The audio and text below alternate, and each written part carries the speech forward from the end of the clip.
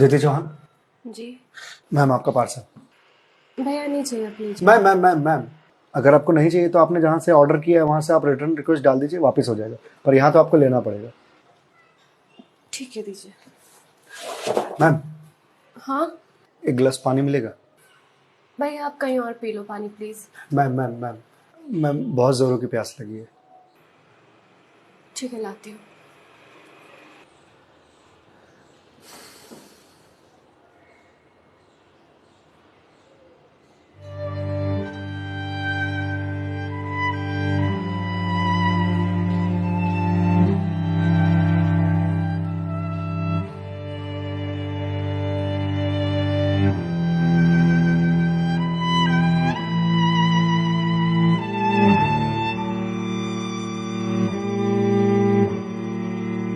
लीजिए लीजिए भैया, देख क्या रहे हैं?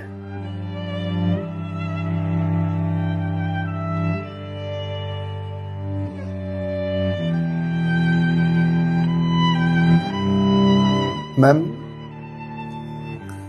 आपको कोई दिक्कत है? मतलब आप किसी परेशानी में हैं? भैया पानी पीकर ग्लास दीजिए आप। मैम छोटा मुंह बड़ी बात कह रहा हूँ, पर अगर आप किसी परेशानी में हैं तो आप मुझे बता सकती हैं। भैया आप पानी पीजिए, ज्यादा समाज से भी मत बनिए।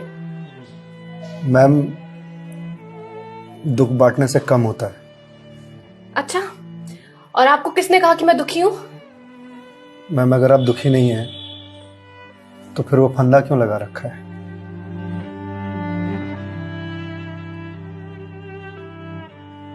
मैम मैंने सुना है खुशियां बांटने से बढ़ती हैं और दुख बांटने से कम होता है।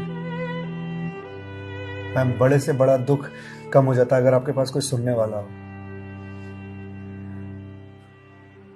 मैम प्लीज मैम रोइए मत मैम।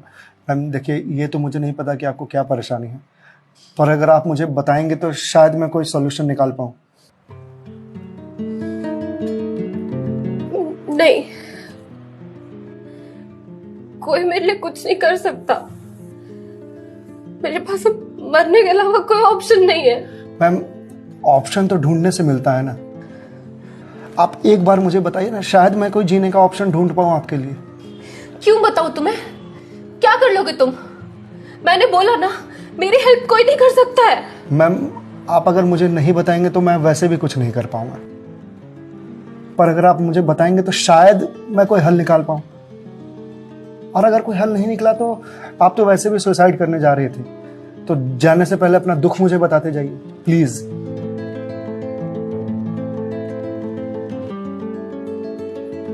Please ma'am.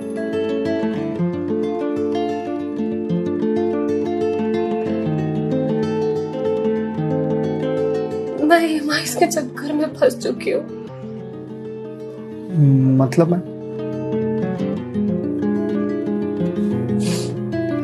कुछ साल पहले एक कोर्स के लिए मैंने लोन लिया था, फिर उसके कुछ वक्त के बाद एक और लोन, और ये लोन का सिलसिला यूं ही चलता गया। इस महंगाई के जमाने में पैसे की जरूरत तो हर किसी को पड़ती है, मुझे भी थी। मैंने प्राइवेट कंपनी से भी लोन लिए, ज्यादा ब्याज पर, और अब मैं उन्हें चुका नहीं पा रही हूँ। क्यों मैम, आपके पास जॉब तो होगी ना? जॉब थी, पर मैं जिस कंपनी में जॉब करती थी उस कंपनी ने मुझे ये कहकर टर्मिनेट कर दिया कि फाइनेंशियल लॉस के कारण वो मुझे और मुझ जैसे कुछ एम्प्लॉयज को सैलरी नहीं दे सकते। तो मैम आप किसी और कंपनी में ज्वाइन कर लो, बहुत सारी कंपनीज हैं यहाँ तो। तुम्हें क्या लगता है मैंने अप्लाई करने का ट्राई नहीं करा होगा? जॉब नहीं खोजी होगी? बहुत की थी, पर इस रिसेशन के जमाने में जॉब मिलना कितना मुश्किल है कि तुम जैसे डिलीवरी बॉय को क्या पता।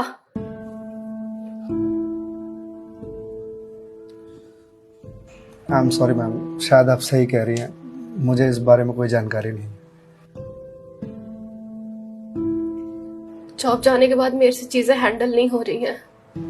बैंक से रोज कॉल्स आते हैं ईएमआईज़ भरने के लिए, और प्राइवेट कंपनी वाले फोन कर करके धमकियां दे रहे हैं।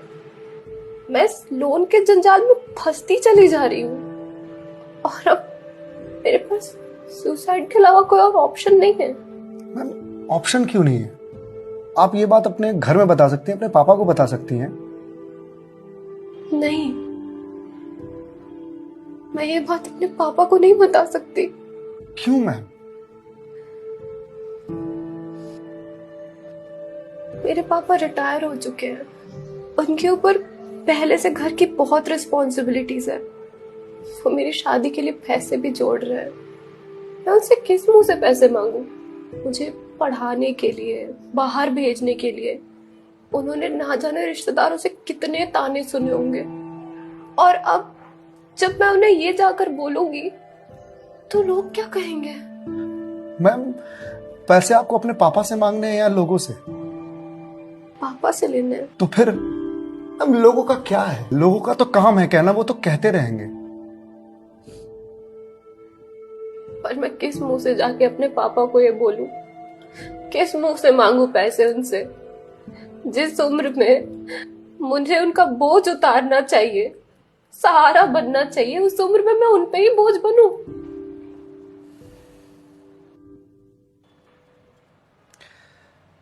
मैम एक बात बताएंगे आप? बचपन में आपके सबसे फेवरेट चीज क्या थी? बचपन में मुझे साइकिल का बहुत शौक था। तो मैम आपको साइकिल किस एज में मिली थी? यही कोई 8 साल की होंगी मैं। तो साइकिल तुरंत मिल गई थी आपको? नहीं, पापा तो मान ही नहीं रहे थे। बोल रहे थे गिर जाएगी, चोट लगा लेगी।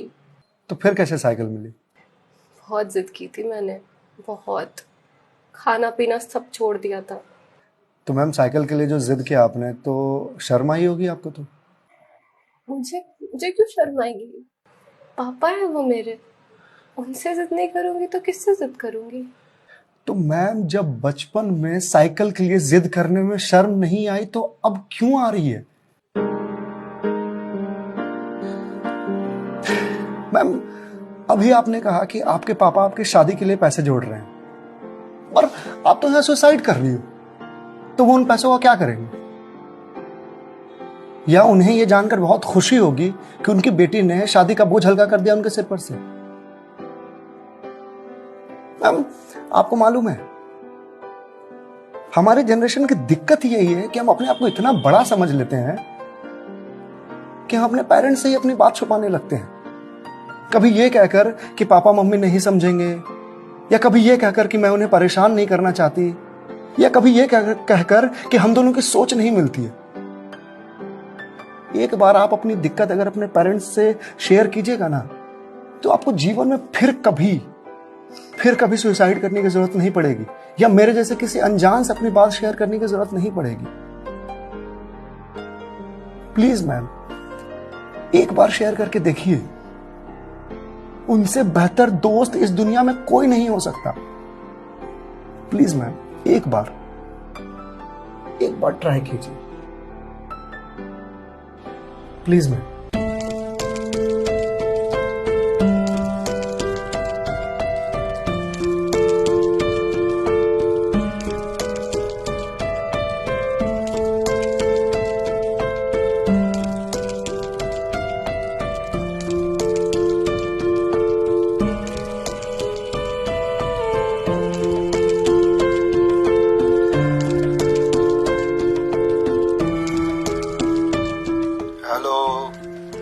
हेलो पापा।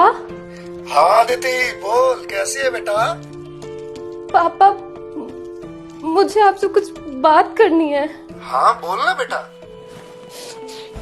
पापा मैं क्या हुआ बेटा? पापा मैं बहुत परेशान हूँ। हाँ तो मुझे बता ना, किस लिए परेशान है? अदिति बेटा रो क्यों रही है, बता ना क्या बात है? पापा वो मैंने बैंक से लोन ले रखा था ना।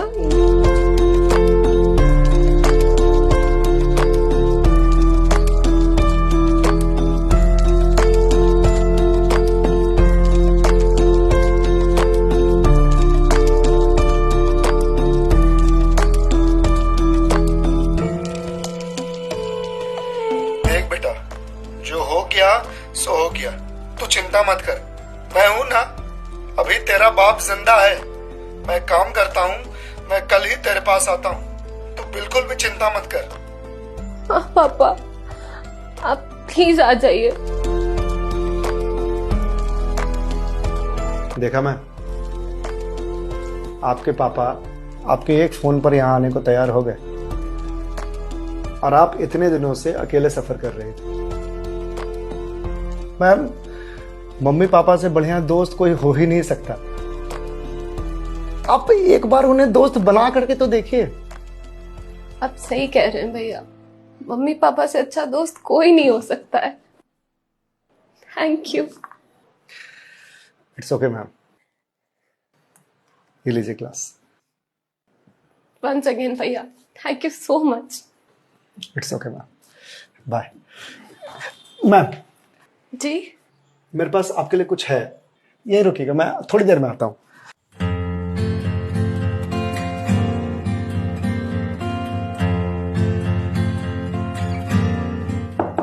मैम।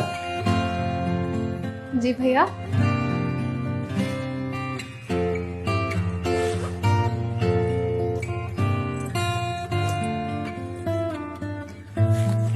मैम, ये आपके लिए।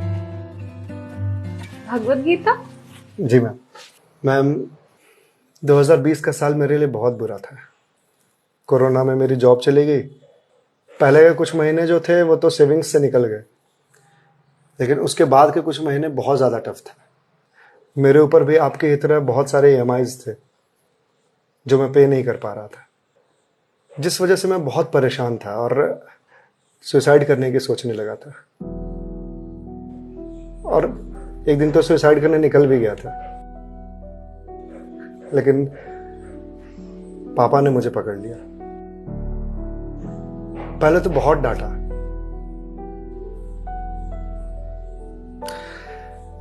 फिर उसके बाद सीने से लगा करके कहा कि तू चिंता क्यों करता है, मैं हूं ना। उन्होंने ही मेरे सारे बिल्स पे किए और उसके बाद ये भगवत गीता दिया मुझे और बोला, बेटा जीवन में जब भी कोई परेशानी आए, किसी चीज का हल ना मिले तो ये पढ़ लेना। इसमें जीवन की सारी परेशानियों का हल तुझे मिल जाएगा। और मैम, वो दिन है और आज का दिन है। आज जिस कंपनी से मैं आपको डिलीवरी करने के लिए आया हूं वो मेरी ही कंपनी है। आपकी अपनी कंपनी है? जी मैम। कोरोना के बाद मैंने अपना स्टार्टअप शुरू कर दिया था जॉब जाने के बाद, क्योंकि जॉब मिल ही नहीं रही थी। तो अगर आपकी कंपनी है तो फिर ये डिलीवरीज आप क्यों कर रहे हैं? मैम, मुझे अच्छा लगता है अपना काम खुद करना, और शुरुआत तो मैंने अकेले से ही किया था ना। आज भी जब मन करता है तो निकल जाता हूँ डिलीवरी करने के लिए। और देखिए, आज तो निकलना मेरा सफल रहा, आपसे मुलाकात हो गई। और जो सीख मुझे भगवत गीता से मिली वो मुझे आपको देने का मौका मिला।